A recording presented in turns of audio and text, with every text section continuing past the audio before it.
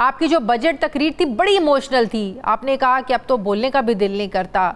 कोई डर है, खौफ है, धमकियां आपको मिल रही हैं जिसका जिक्र भी आपने किया? नहीं, ऐसा कुछ भी नहीं हुआ। देखिए, मैंने कहा कि डराए मत, इसमें कोई धमकी का लफ्ज नहीं था।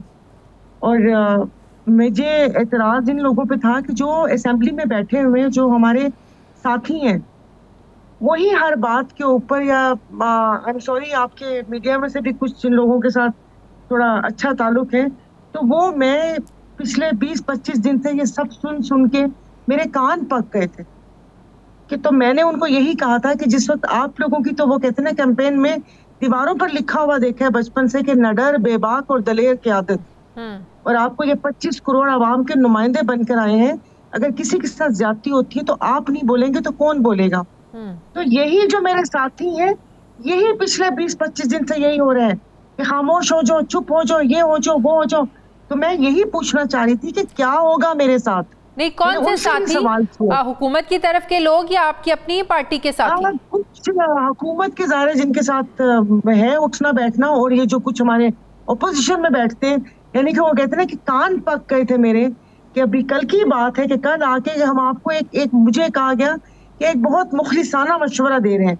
तो मैंने उनसे ये पूछा, मैंने कहा मुझे मुखलिसाना मशवरा तो दे रहे हो, तो इसकी मुझे कोई थोड़ी सी तफसील भी बता दो कि कोई मुझे क्या कहेगा या क्या करेगा। मुखलिसाना मशवरा था क्या और किसकी तरफ से था? हुकूमत की तरफ से था या आपकी अपनी पार्टी के किसी बंदे की तरफ से था? मेरी पार्टी की तरफ से। जब हम लोग ओपोजिशन लॉबी में बैठते हैं, उनकी तरफ से मुखलिसाना मशवरा ये था कि खामोश हो जाओ, तुम बात करती हो तो लगता है कि पीटीआई का बंदा बात कर रहा है। मैंने कहा देखिए, हक सच की बात इंसान को करनी चाहिए, और अगर किस किस्म के हालात हैं, अभी तो उन हालात पर कोई बात ही नहीं हुई। तो उस वक्त मेरी यही बात थी कि अगर मैं उसके ऊपर जैसे सवाल उठ रहे हैं, अगर मैं उठाऊंगी तो क्या मुझे भी, क्या वो क्या कहते हैं, गद्दार करार दिया जाएगा? सवाल मेरा बेसिकली ये था। और फिर बस ज़ाहिर थोड़ा जज्बाती इसलिए हो गई, इसलिए कि मैं जो खवातीन, मैं बरमला नाम लूंगी, आलिया हमजा मलिक के घर में जो हुआ, और मैं गई हूँ, और जिस तरीके से, जिस ट्रॉमा से उनकी घर वाले गुजर रहे हैं, कि भाई अगर कसूर उसका था, गलती थी ना, गुनाह तो नहीं था ना। नहीं, ये गलती बहुत बड़ी थी, गलती बहुत बड़ी थी। तहरीक इंसाफ वालों ने जो किया इसको हम जस्टिफाई नहीं कर सकते, इसकी जितनी मजम्मत की जाए कम है। गलती छोटी नहीं थी, बहुत बड़ी थी, बहुत बड़ी गलती थी। मैं कह रही, मेरा कहने का मकसद ये है कि घर वालों का क्या कसूर, जो आपसे मैं बात कर रही हूँ, वो तो नहीं होना चाहिए था। मैं आपको यही तो बोल रही हूँ ना कि ये जो पक रहा था, लावा पक रहा था, इसका सद्देबाब होना चाहिए था। मैं तो पहले दिन से, जिस वक्त असेंबली में भी कहा था, जब ये करारदाद लेकर आए थे, तो मैंने इनको, पीडीएम वालों को, इन्हीं के बयानात याद करवाए थे कि हमारे जो शोहदा कुर्बानी देते हैं, जो बॉर्डर पे जवान लाशें उठाते हैं, जिन घरों में वो ताबूतों में लाशें जाती हैं, क्या आप और मैं वो तकलीफ बर्दाश्त कर सकते हैं? मेरे तो बच्चे को कांटा चुभ जाए तो मैं बेचैन हो जाती हूँ, तो वो भी तो माओ के बच्चे हैं। तो उन्होंने जो कुर्बानियां दी हैं, और जो आप और हम रात को सुकून से सोते हैं, मैं उस किसी चीज से भी वो डिनाई नहीं कर रही, किसी चीज को नहीं। सबसे पहले पाकिस्तान, बिल्कुल। और मैं तो हमेशा कहती रही हूँ कि सेंटर ऑफ ग्रेविटी जो है वो हमारी अफवाज पाकिस्तान है। किसी मुल्क का आइन होता है, किसी की पार्लियामेंट होती है। मैं कहती हूँ सेंटर ऑफ ग्रेविटी, आप मेरी स्पीचेस भी उठाकर देख ले, तो मैंने सेंटर ऑफ ग्रेविटी अपनी अफवाज पाकिस्तान को। राजा रियाज साहब सिर्फ उनके नाम के साथ ऑपोजिशन लीडर लगता है, उनका रोल ऑपोजिशन लीडर्स वाला क्यों नहीं है? अब क्या कह सकती हूँ मैं? आप बैठती हैं, आपके साथ मुलाकात होती होगी, ऑपोजिशन लीडर है वो, आपसे तो बड़ी गपशप रहती होगी, तो उनसे कभी पूछा नहीं है कि आपका रवैया कैसा है? आप हुकूमत में हैं, आप हमारे साथ हैं।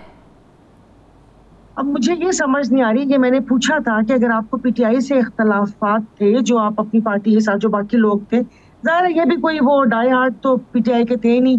अब आपको पता भी है कि क्या सिनेरियो बना था, और ये लोग जिस तरह वो आए थे, तो वो क्या कह सकती हूँ कि मैं उस चीज की मजम्मत करती हूँ। और मैं कहती हूँ, मैं तो उन यूट्यूबर्स के लिए भी कहती हूँ कि जिन लोगों ने एक पाकिस्तान में बवाल मचाया हुआ है, जो बाहर से बैठकर, अब 2-3 लोग हैं, मैं नाम क्या लूं, कि जिस वक्त वो 6-7 माह से लोगों के जहर कानों में जहर उंडेल रहे थे और इस किस्म की बातें कर रहे थे, खामोश मुजाहिद ने ये कह दिया, खामोश मुजाहिद ने वो कह दिया, तो क्या उनको उनका रास्ता रोकने का कोई वो नहीं था? मेरा तो जो मुतालबा था, जो उस वक्त की पंजाब हुकूमत है, मैं ये कह रही हूँ कि आपने पकड़ लिए, घर वालों के साथ कुछ ना करें। यानी कि अगर कोई मेरा गुनाह या मेरी गलती होगी तो वो बच्चों को उसकी सजा ना मिले। मेरे कहने का मकसद ये था, क्योंकि आजकल आपको पता है कि सोशल मीडिया का दौर है, आगे पीछे के अल्फाज हज़फ करके ऐसी टॉक्स वो बनती है कि फिर वो आप ज़ाहिर अच्छा नहीं होता कि भाई आप इस मुल्क में रहते हैं। हमारी पार्टी इलेक्शंस के हवाले से बताएं कि इलेक्शंस के हवाले से हमारे सियासतदानों की क्या सोच है, ऑपोजिशन की क्या सोच है। ये बातें तो अपोजिशन राजा रियाज साहब की तरफ से आनी चाहिए जल्द इलेक्शन की, लेकिन अब तो हुकूमत के जो इत्तेहादी उनको जल्दी पड़ गई है। बिलावल भुट्टो साहब कह रहे हैं कि इलेक्शन के मैदान में अब आना चाहिए, वो उनके कुछ अपनी रिजर्वेशन शुरू हो गई हैं, उनके अपने लड़ाई झगड़े खुलकर सामने आना शुरू हो गए हैं, बजट पर वोट ना देने की धमकियां लगाना शुरू हो गए हैं। तो क्या खिचड़ी क्या पक रही है सियासतदान इलेक्शन को लेकर, क्या कह रहे हैं? देखेंगे जो इत्तेहाद था, ये तो जो भी पार्टीज है, जो मेन 3-4 पार्टीज हैं, वो तो आपस में उनका फितरी इत्तेहाद है ही नहीं। आज तो वो ख्वाजा इजहारुल हसन ने भी शायद कुछ इस किस्म का बयान दिया है कि क्या कहते हैं कि वो कुत्तों की मुहिम के लिए पैसा था, कि वो कुत्ते परेशान है कि वो पैसा कहाँ गया।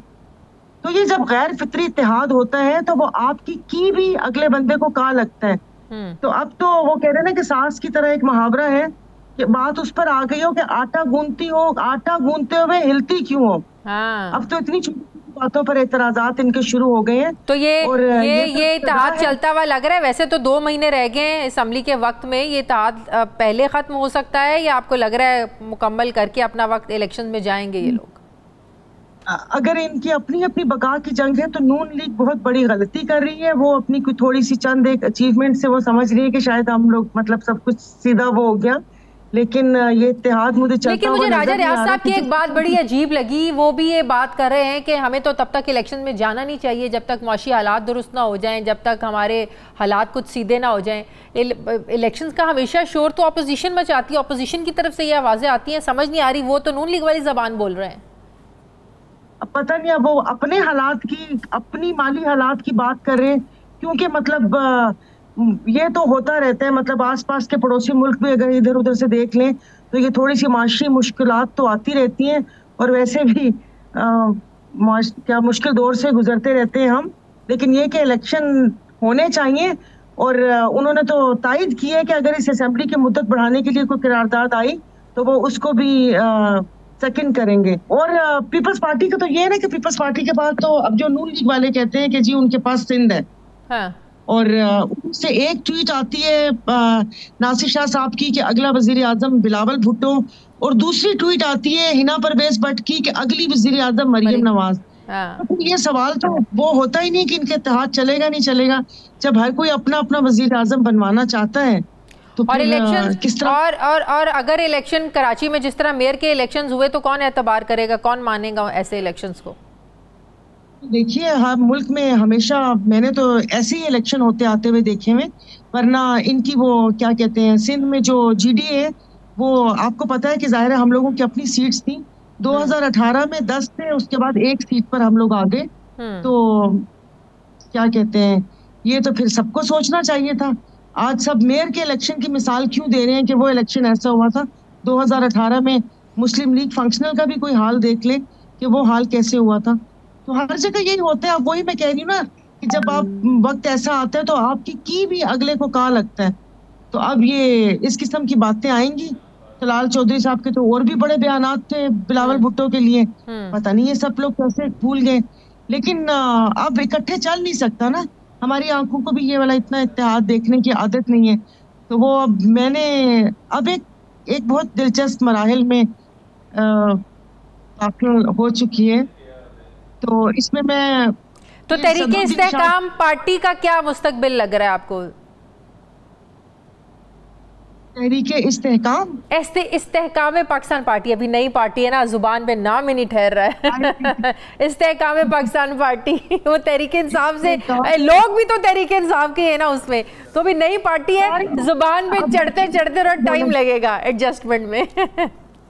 कुछ बयानियां बनाते हैं उन लोगों के खिलाफ। अब हमारे ज़हन में उनका एक वही क्या कहते हैं साका बना हुआ है जो 4-5 साल से सुनते आए हैं, और अब एकदम से वो अच्छे हो गए। अल्लाह पाक पहले उनको इस्तेहकाम बख्श दे, लोगों का सामना करने की हिम्मत आ जाए, सर नीचे करके ना बैठे में हो, सीना तान के बैठे में हो, फिर उनका मुस्तकबिल है, लेकिन समझ नहीं आ रही। अब आप मुझे बताएं, नोमान लंगड़ियाल SAPM और ओन चौधरी SAPM, पार्टी वो तहरीके इस्तेहकाम में है। इस्तेहकाम पार्टी जो है फिर मेरे से भी तहरीके देखा, टमक लगेगा, लेकिन नाम तो बदला है। ये तो मैंने भी कहा, चेहरे तो वही हैं लेकिन नाम तो बदला। तहरीके इंसाफ के नाम से तो पार्टी नहीं वो लॉन्च कर सकते थे ना, नाम तो बदलना था। चौधरी और नुमान लंगड़ियाल के पास तो ओहदे हैं, SAPM है वो, तो वो फिर उस पार्टी पे है, तो कैसे होगा? मुझे ये पाकिस्तान की सियासत है, यहाँ पर कुछ भी हो सकता है।